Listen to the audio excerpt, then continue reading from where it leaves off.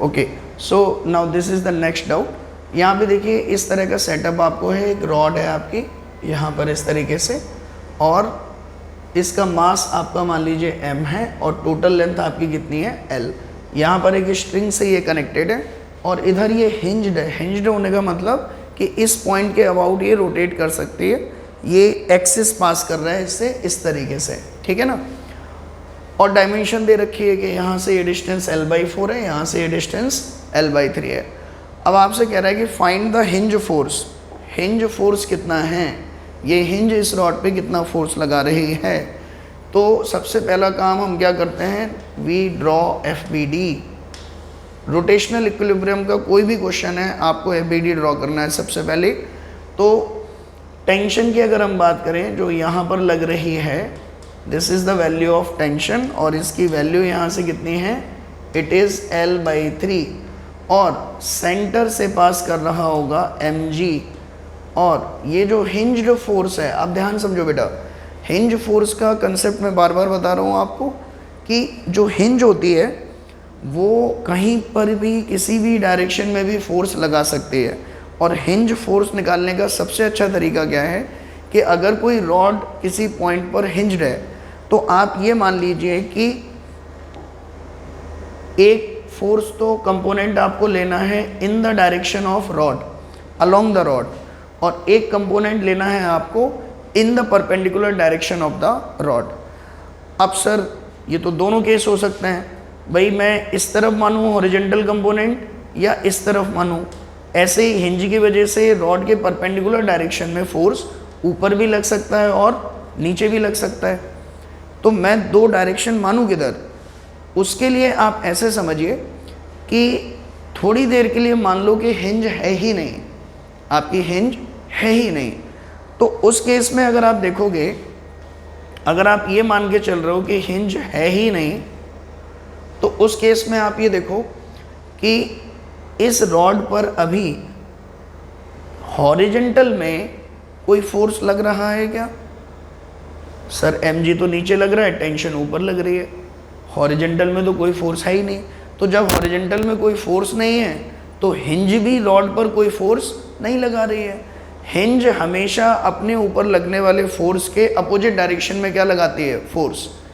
तो since horizontal direction में अभी हिंज पर कोई फोर्स नहीं लग रहा है, रॉड पर कोई फोर्स नहीं लग रहा है, इसीलिए हिंज भी हॉरिजॉन्टल डायरेक्शन में कोई फोर्स नहीं लगाएगी।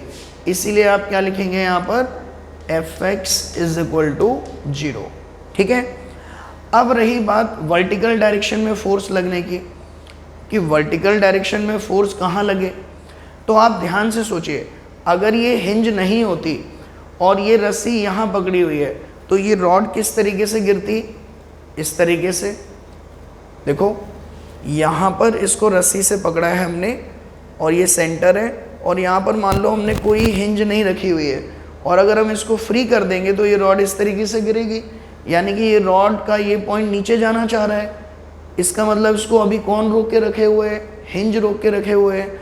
इसीलिए हिंज कहाँ फोर्स लगाएगी, आपका ऊपर। This is the force of hinge. I hope it is clear.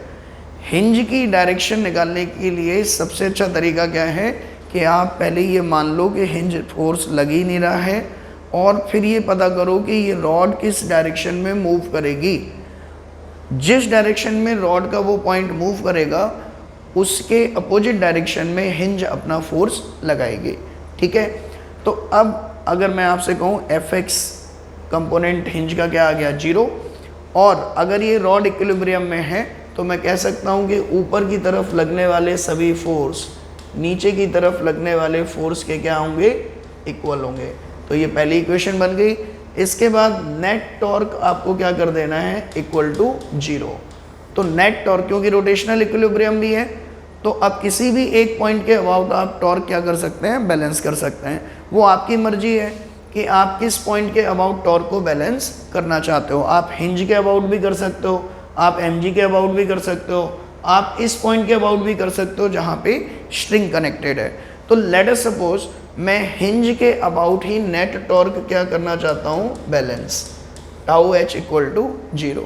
तो सिंस एफ बाई तो हिंज से ही पास हो रहा है तो इसका टॉर्क अपने आप क्या होगा, 0। mg इस रॉड को नीचे की तरफ घुमाना चाह रही है, टेंशन ऊपर की तरफ घुमाना चाह रहा है, इसका मतलब net torque of mg should be equal to net torque of tension.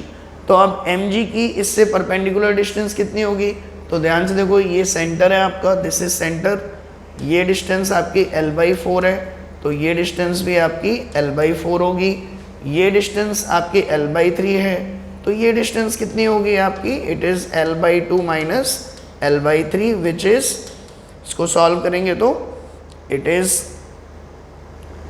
2/3, it is 3l minus 2l, so it is l/6। सो यहाँ से टेंशन की जो perpendicular distance centre of mass इससे आई सेंटर से वो l/6 है, और हिंज से अगर हम डिस्टेंस कहें तो l/4 प्लस l/6। तो अगर हम बात करें mg का टॉर्क कितना होगा, तो mg into l/4 is equal to tension का टॉर्क कितना होगा, तो t into this is l/6 plus l/4, l/6 plus l/4। यहाँ से अगर हम सॉल्व करें इसको तो आपका l से ये l cancel, mg/4 is equal to आ जाएगा t इंटू ये आपका बनेगा 12, सो इट इज़ 2 प्लस 3। तो यहाँ से टेंशन आपके आ जाएगी, tension is equal to 3mg/5। ठीक है, अब सर हमें क्या निकाल, हम तो टेंशन निकालनी ही नहीं थी, हमें तो क्या निकालनी थी, हमें Fy कैलकुलेट करना था। तो अब आप इस इक्वेशन 1 में टेंशन की वैल्यू अगर पुट कर देंगे तो Fy plus 3mg/5 is equal to आ जाएगा mg, तो Fy आपका आ जाएगा this is 2mg/5। I hope this is clear to you all. ठीक है, सो अगर आपको टेंशन हिंज फोर्स निकालने हैं तो आप ऐसे निकाल सकते हैं। ठीक है, I hope this is clear to you, thank you.